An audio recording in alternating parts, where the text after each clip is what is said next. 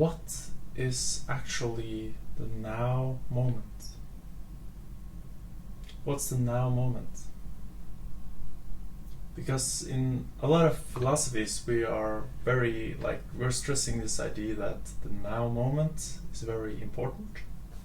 But what is the now moment? And that's what this video is gonna explore. If you're not already familiar with it, it's in another video, but I have had an awakening, a spiritual awakening, where I had this spiritual experience of love, and my heart opened and I felt love in my heart. I had the love around me in a bubble. I had an energy coming up my spine and shooting up into the sky. It was a very intense experience, so you can check that out in another video. The point is, in that experience, I definitely got connected to the now moment. So what is actually the now moment? In that experience, I felt like actually the most surprising thing to me personally in that experience was that I was actually suddenly located here in my body and in my physical surroundings. I was located here on a level that I've not been before, if that makes sense. And basically that was surprising to me, because I thought, like, spiritual experience, okay, I'm going into the dreamland, dreamscape, or whatever, right? But in that experience I actually got returned to a very physical state of being. I could feel like all of me inside all of my body, and even outside my body at the same time. And I felt like I was in a multi-dimensional sense of now. And that's kind of what I'm gonna talk about here, because when we say that when we're in our heads and we are in concepts and thinking about stuff, is that not the now moment? Because, I mean, what is the now moment? That's kind of what I'm trying to get at here. Okay, so let's start out with this idea. I think that the ultimate spiritual state is the ultimate now. But that's not necessarily exactly what you think is the now moment.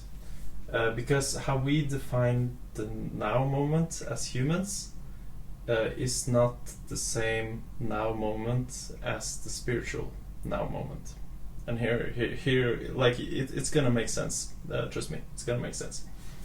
And by the way, I'm kind of right. Maybe I'm biased, so just to put that out. So this is just to listen to with an open mind, and it's not to dismiss the physical and sensing experience, essentially. I think we look at sensing experiences as real, and intuitive and spiritual experiences as basically not that real, and I want to challenge that idea, so keep with me. When you feel a dream happens now, like when you are in a dream, right? You're sleeping at night and you are in a dream. That does really feel like the now moment, right? It even feels like reality to you in that moment. Why do we think differently about that when we are awake here, like humans? Why can't we see this as a dream, essentially? And that's also an idea that is very pronounced in spiritual communities. It's called often is called Maya, which means that the world that we see and can sense is an illusion, right? It's a dream. It's a dream, just like the dream we have when we sleep, except the dream is kind of in another dimension. So this dream maybe is more of a collective dream, if you want.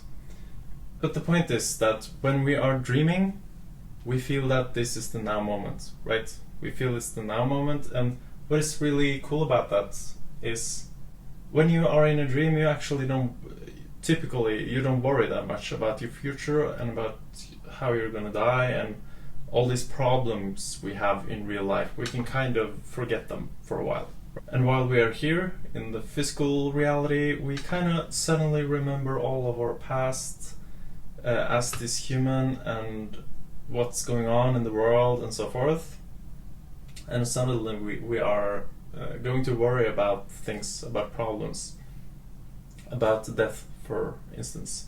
So what I'm saying is that this makes us negative about what is going to happen in the future, right? Because we have this sense of a predictable future.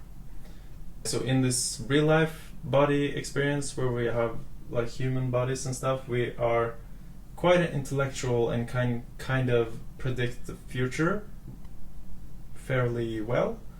And that combined with this fear and anxiety of survival that we have as animal beings, it becomes a problem when we are as intellectual as we are. And many people say, okay, why can't you just be a dumb animal? Like, just be an animal. They don't really fear death, at least in the future, but that's because they don't have the capacity to think about the future that much and predict the future that well. So the thing is, if the dumb animal really got very intellectual and could see the future, they would also be anxious and fearful all the time, just like humans, right? And actually that also kind of explains why we human likes to drink alcohol, because it kind of makes us into that dumb animal just for a little while, so we can enjoy the so-called now moment, right? Because that's kind of, when we drink alcohol, we kind of get more loose and we forget the past more, and it's like we can live the now moment just like a dumb animal. I'm not saying all animals are dumb. They are, of course they have intelligences just like humans does, but I'm talking about the conscious mind more so than the intellect of their bodily systems, if that makes sense. Okay, so we can kind of call that the now moment. In a sense, it's a sense of the now moment that the animal also experiences, which is kind of like being in nature and just looking around you and oh, I'm existing in this world. I'm existing in nature and I'm existing on this planet Earth, right? With nothing else than this in mind, not about the future. But what if we go back to the dream state again? Because when we are in the dream state, we're kind of in a different now. It's kind of like it's only now, if we can call that now, really. Because we don't have the perception of the future and the past, not so much, so we kind of live only in a sense of now, in that sense, more than in the physical real life, anyway. But what happens if we have a nightmare? If we have a nightmare, that's not a good now moment anymore, right?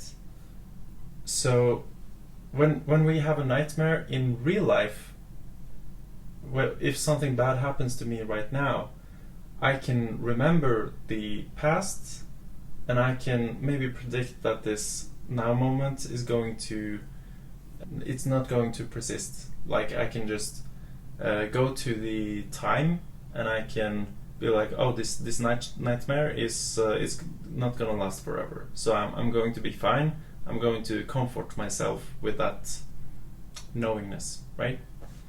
And if you are in a dream, the nightmare is so real and you don't really have the ground of perception or past experience to soothe yourself with. In that instance, the now moment becomes a nightmare you can't escape. So what is this nightmare moment then? Because that's also the now moment in a way. You don't even remember much of your past, right, in that moment. Or at least that's what you think in your mind.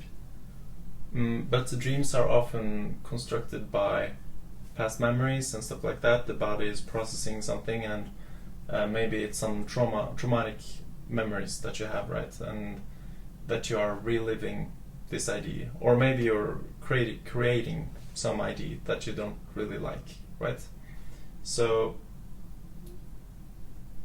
my point is, and this is what's interesting, is that sometimes when you dream you can get lucid, right? You get lucid, and lucid dreaming means to be aware that you are dreaming. And if you're extremely lucid, you can even control your dream. You can even you're not only aware of dreaming, but you are the dream. So you can shape the dream like you want it to be. And this is, in my opinion, very interesting, because in my opinion, this is actually the true now. The true now is when you are aware of dreaming. It's kind of beyond our environment. The true now is beyond our environment. And what do I mean by that? It's like a spiritual state of being, and it's like a Digimon, essentially, when it's evolving. So a Digimon, or a Pokemon if you will, when they are knocked out of a battle and the environment is essentially too strong and too nightmarish to handle, right, for that Digimon or Pokemon. What's often happening in those instances is that the Pokemon or Digimon is starting to evolve themselves. They're starting to overcome their environment and overcome the nightmare that they are in.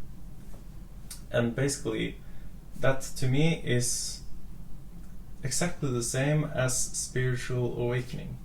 So a spiritual awakening is about finding the true now moment, which is not really in time or in space. It's actually in timelessness and in spacelessness.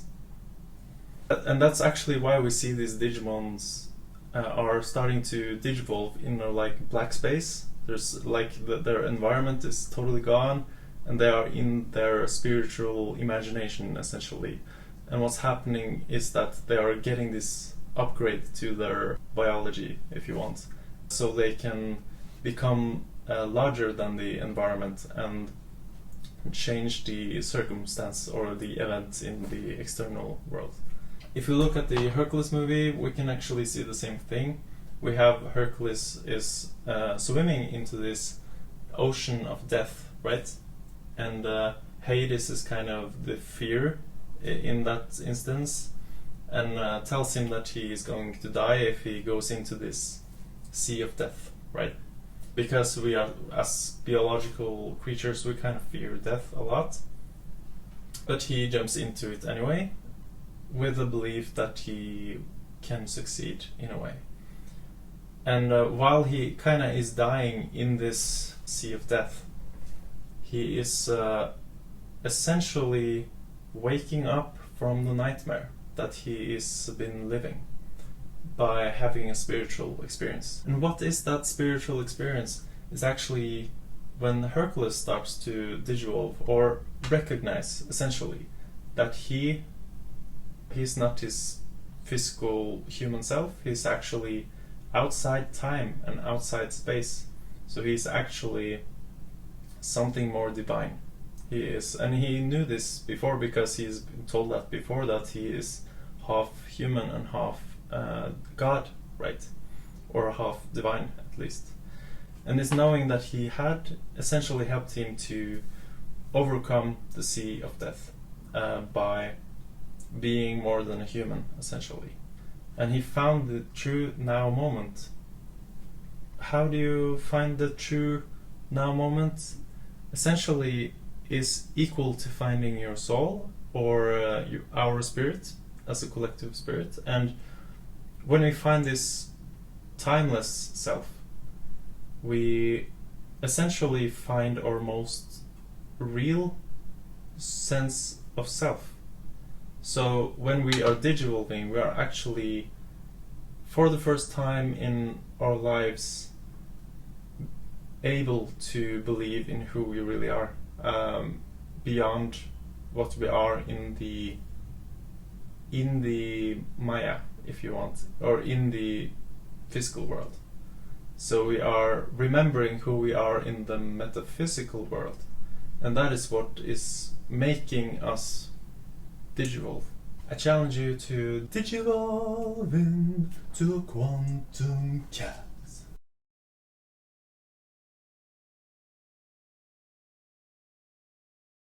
So what is basically happening here in this like awakening, if you want, is that you basically start to dream the dream with your creative powers, with your soul. You start to use the soul and or the spirit if you have help from other spiritual beings or other souls, right? You can find this power, and if there is enough power that you are finding in this space, you can actually start to reshape the dream into something else. For example, you can shape yourself into something else, or even events outside you, or circumstances outside you, and even diseases, for example. You can start to change what's there, because that is the nightmare, and the nightmare can be changed by redreaming the dream.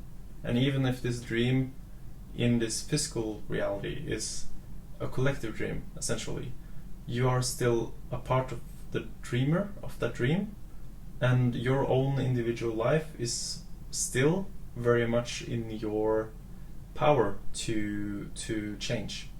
Of course, it's best if we do it together, like a collective, but don't underestimate your individual power to change the dream, at least the dream, like how you are experience the dream, and how the dream essentially revolves around you, your life, how your life in, like, how is your dream within this larger dream, right? That part of the dream is very much your not only power to affect, but also your responsibility, really, to help us as humanity and as consciousness to awaken here on Earth. Okay, so just to repeat that, basically, the more you believe that you are the dreamer of the dream, the more the environment will be a product of who you believe that you are. And a very, maybe a more down-earth example of that is if you go to a party or anything really, and kind of just find a sense of confidence and love for yourself and others, actually without any conditions. It's unconditional, right? Like that is the true now. It's unconditional. So you can essentially find confidence and love and worthiness and all of this out from nothing but your soul, because it's already a birthright for you to have that. And if you find that, it will basically change all the events that comes out from that. So you will go into that party or into that job interview or whatever it is with something you didn't have without finding that unconditional love for yourself and finding that truth of who you really are and who we really are, because that is the truth of consciousness, essentially. And you probably heard it before, that we humans often don't change until it becomes really dark or really like we're on the edge, and that's when we start to change. We can of course start to change prior to that, but the point is that the darker something gets, the more you are willing to believe in yourself without any evidence, without any empirical sciences and stuff like that. Even that's useful as well. But if, like, when it comes down to it, you really have to let it go. You have to let everything go and just have faith in something. So that faith is essentially not not so much about your past. The faith is more like what do I feel in my heart intrinsically? What's true about consciousness? What really is the subjective essence of this world? Like, we often think that only the object is real and not the subject. So we kind of we don't treat them very very fairly. It's like this is real and this is not. But if we can see both of those are as equally real in their own sense, then I think we have a much better understanding of how things really work. So that includes the effect of placebo, for example. That this effect of placebo is essentially to redream the nightmare, right? It's to believe in yourself, even though a placebo is, of course, usually something you're tricked to believe in yourself, right? But if you can believe in yourself, you own the placebo, you become the placebo instead. And where do we find the placebo? It's probably in the truest now moment.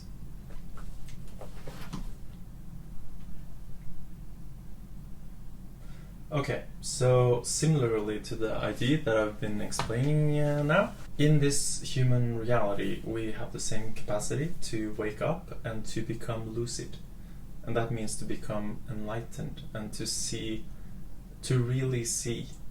And it's kind of opposite from the Enlightenment period, because in the Enlightenment period we were empirical scientists trying to get light on stuff by being able to measure it with the dream itself, right?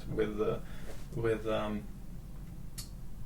equipment here in this reality, so we can clearly kind of see what's going on and stuff like that. But that's not necessarily the true now.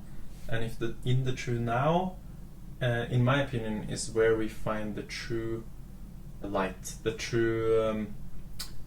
true enlightenment, right? Which is in the subjective place.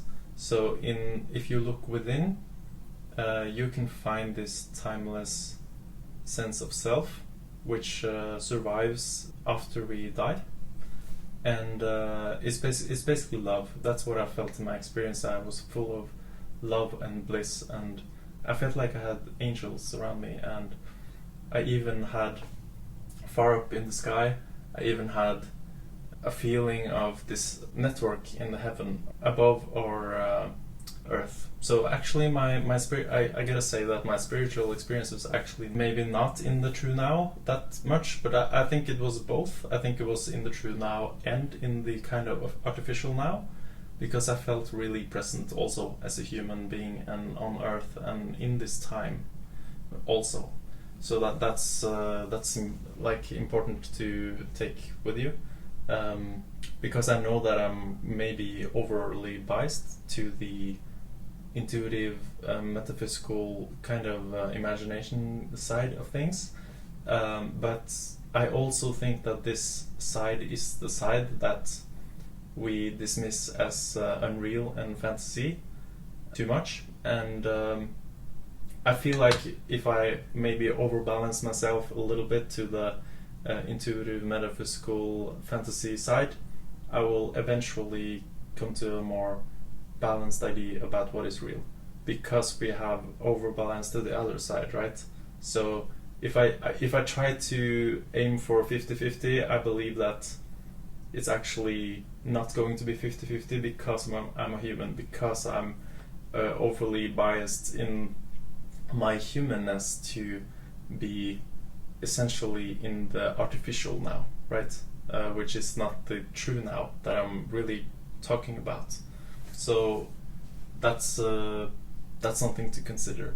So what I'm talking about is basically heaven on earth, right? It's to make earth lucid, and if we make earth lucid, it will know that it's dreaming, and if it knows that it's dreaming, it's going to create a better dream, and we're going to have heaven on earth literally, because it means that we will create this experience into what consciousness always wanted it to be. because it means that we're no longer owned by the dream, but we are dreaming it. And if we can dream this dream together, we can make this artificial now or artificial human experience into something that's probably better than heaven is. What I'm trying to get at here is that the artificial now, because you probably wonder what is it talking about? The artificial now? What? Okay, what I'm saying is that when we are humans and we feel like this is the now moment, or animals for that instance, we are perceiving everything through our senses, right? We are seeing and touching and feeling and tasting and all of these wonderful things, really. But all of these mechanisms are essentially records of the past, if you think about it, because it's evolved from the past. It's a evolution. It's the evolution of the biology and the human and the animal kingdom, right? And the nature even is essentially a record of the past. It's like a huge memory imprint. So when we actually look at nature and feel present in nature, there's only one way that can happen, and that's basically that you look at the past, because that's what it is. It's the current past, right? The current past is what you look at, and that's what we often call the now moment. But I'm trying to challenge that idea that that's not actually the now moment. That's a now moment of a past construct, and there's nothing wrong about that, as long as that essentially dream is a good dream. Then there's nothing wrong about it. In fact, that's what we want as consciousness, essentially. And that basically leads to this idea that the earth and nature is the past, and like the body and stuff is the past, and the heaven or divinity essentially is the true now. And the true now is, and the idea is that we actually want heaven on earth. So it's not that we wanna, like we often hear about ego death and stuff like that. It's kind of is partially correct, but we don't really wanna kill earth or erase this reality or Maya, if you want to call it that. It's actually not how it works. The kind of dying process is not about that at all, because when we die, we actually become more alive. We become more spirit and less matter. So actually, death is actually the opposite of dying. It's actually more of a birth. But this container of experience that we have here is very unique and very valuable to consciousness. And actually, we want that. We want to be able to be human. Like, I want to be able to have unconscious processes, like walking and talking and singing at the same time, stuff like that. I don't think that's possible without unconsciousness. So we need unconsciousness. That's basically what the earth is, and matter and everything physical is essentially unconsciousness. So it's automatic, and it repeats itself from the past, right? It's the artificial now moment, essentially. And what is changing that artificial now moment is, like, it can be cyclical changes, but like summer, winter, autumn, spring. But that's not a true change. That's also essentially a record of the past. It's just that it happens in larger intervals, in a sense. But my point is that a true change, to apply a true change to the dream, one has to essentially, consciousness is the sculpture, and the container, or the body that consciousness goes into, is essentially the sculpture. So we have the sculpture and the sculpture. The sculpture is consciousness, and the sculpture is the dream. It's the kind of body that you can go into and make unconscious, so it happens unconsciously. That's why every human thinks they are human. It's because it's an unconscious belief system that the human body has. is to believe that we are human, and that's why we are human in this life. And probably we probably played many human lives, so maybe we can say that even on a spiritual level we are actually quite human, that we have experience as a human.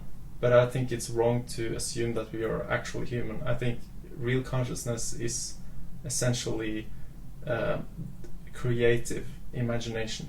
It's creative, formless, and can be whatever it wants to.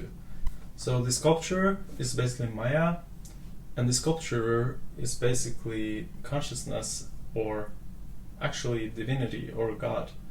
And that's kind of interesting, because you also have that God created this world in his image, right? So that you can kind of say that the sculpture is God or divinity. If you don't really, I understand if you don't want to assign the God label to like own soul consciousness, it's okay. But the point is that it's divinity. Like, you are divine and I'm divine and everyone are divine in a sense, like as souls. And I also think we return back to souls, not into becoming a god, but I think we become souls after we die. But it's still the creative God power, right, that we are using to update a sculpture, essentially. So we have an image, and we can create the image differently than it was. So if the fish, for example, they must have done this to transition to having legs, for example. They reinvented this image by using their free will, God power, to imagine something else or will for something else, and then the universe kind of helped them to do that. And essentially, this is an MBTI channel. So what I'm going to say is that SI is the down-to-earth experience, and SE, right, down-to-earth experience. This is the sensory human, very humanness experience, right? So if you're a sensor person, you have a very human way to relate with the world, in the sense that this is how humans always operated. Like, that can be taking care of the family, for example. While NFs, for example, maybe, of course, still want to take care of the family, but they are still more into, okay, but I want to take care of the globe, like the global family, or the aliens, maybe being kind with aliens, right?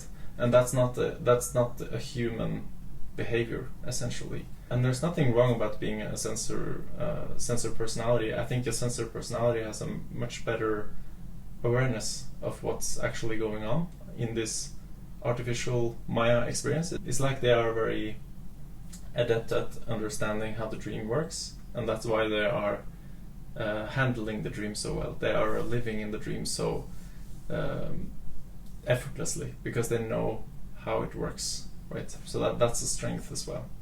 But yeah, if we see in the standard typology, SE is seen as the true now moment, right? And that's kind of what I'm challenging here, that's not the true now moment. That's more of a artificial now moment, because they're looking at the nature and the humanity and the very physical, earthy experience, and all of that is made of the past. There's the current past. That's a sort of a now moment, right? It's a now moment of time, and actually, we can call it the spirit of the time. Like, matter is essentially also spiritual, but it's unconscious and therefore not conscious. And we usually associate spiritual with the consciousness, right? The love and the all of that livingness, right? Being alive, essentially. And I'm not talking about as a human. I'm talking about consciousness, because you are alive also as non-human. And that's why we say matter versus spirit, right? And spirit, in my opinion, is then intuition. And tradition, by the way, is also made of the past. So I mean that every sensing thing is made of the past. It's a tradition that goes on and on and on and on, and it's rebirthed the same image So it's a re-imaging of the same image, right?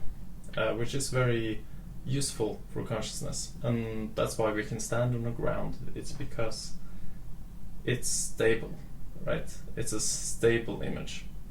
While intuition is not a stable image, it's actually the opposite of a stable image. It's actually not an image at all. It's actually the creative force behind creating an image, if that makes sense. Sensing is essentially associated with the most solid images, and that's basically empiricism, right? It's the most solid reality that we can measure outside of our subjective self. So this is using the dream to measure the dream, so we can know what the dream is and how it works. SI is looking at own sculpture, like own memories and stuff like that. You could say that the kind of, like in spirituality, the reason they often say get out of the past and into the present moment and look at nature is because we often have a past trauma in our system. Like there is a little past in our inner mind or in our trauma system, which is not a good now moment. That's that's experienced very poorly or badly. So when someone can disconnect with that and connect with the past of humanity as a species or nature, for example, that will be also an artificial now moment, but it's a better artificial now moment. So it's it will liberate the person from a lot of anxiety and fear and pain and so forth, because essentially if we can live as humanity and as Earth and as nature as it is, that's something that has been living for a long time, and how to say it, it must have been somewhat successful in order to actually reproduce. So all of the worst realities that we have made in our mind or in our individual space, they would have gone extinct over the times, essentially, because it wasn't conducive for survival. So intuition and concepts, actually metaphors, if you will, could be seen more as the true now than the artificial now. In fact, metaphors is to use past known knowledge or words or things that we can grab on and understand-ish, like a metaphor, and poetic metaphors especially, it's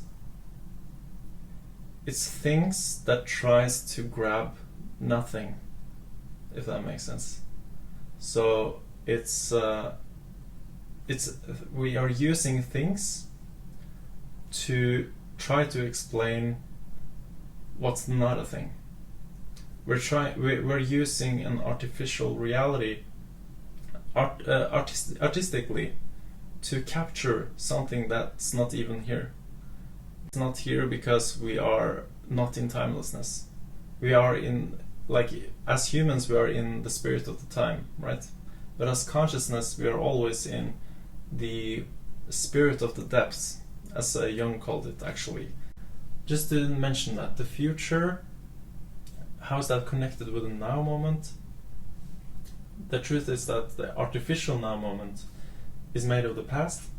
One can use that artificial now moment of the past to predict the future, because the past will have a momentum to it, right? You see where the ships are going and where everything is moving in time and space, and you can use that to have a fairly good prediction about what's going to happen in the future. So what we call the future is actually the past. So we don't really know what the future is. It's basically the past repeating itself. That's how we humans often think about the future. But the true now moment, the timeless now moment, if you use the creativeness in intuition, essentially by using that unconditional love and self-esteem and so forth, the future will change. because the future is then not made of the past. Is actually made outside of conditions, and that means you are creating the image differently than it would be otherwise. The real future is actually in the real now. It's not in the artificial now. Because a real future is, in my opinion at least, it's a future that we can't predict. It's a future we can only predict through the subjective belief, essentially. So the future is only changed through subjectiveness and belief, essentially. It's not that the Earth in itself, or habits, or traditions, or these things are good in themselves, but they are sculptures that we can form into something good, and also into something bad. So try to make it into something good.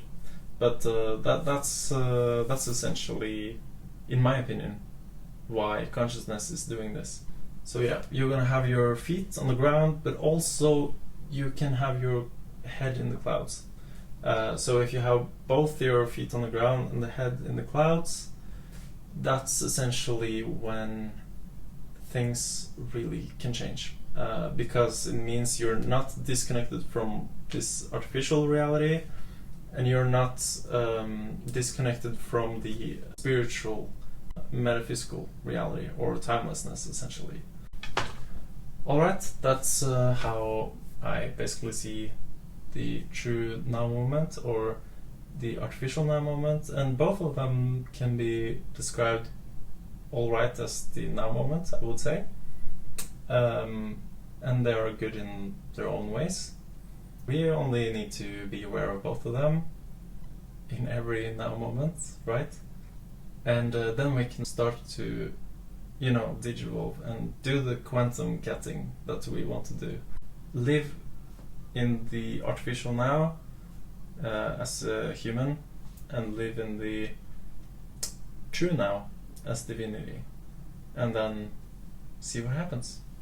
I just want to say, digivolve into a quantum cat.